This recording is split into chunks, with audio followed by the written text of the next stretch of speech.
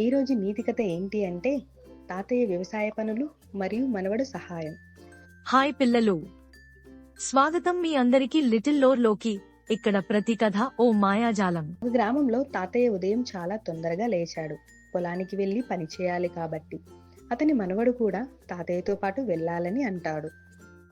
తాతయ్య మనవడు ఇద్దరు పొలాల దారి మీద నడుస్తున్నారు.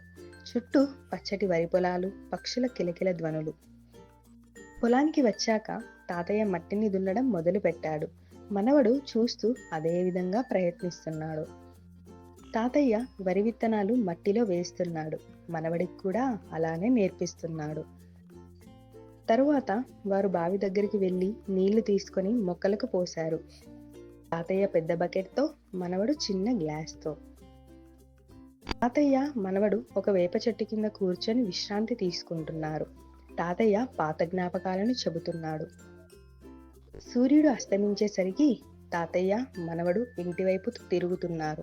మనవడు గర్వంగా తాతయ్య వైపు చూస్తున్నాడు. అంతా అయిపోయాక మనవడు తాతయ్యతో గడిపిన రోజును తలుచుకుంటూ నిద్రపోయాడు.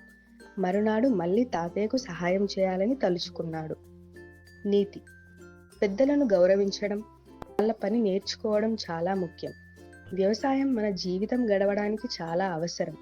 మనవడు తాతయ్యతో కలిసి పనిచేస్తే ప్రేమ, అనుబంధం, బాధ్యతల విలువలు నేర్చుకుంటాడు. ఈరోజు కథ నచ్చిందా? అయితే ఓ లైక్ కొడితే మాకు ఎంతో ఆనందం. మీకు నచ్చిన భాగాన్ని కామెంట్స్ లో చెప్పండి.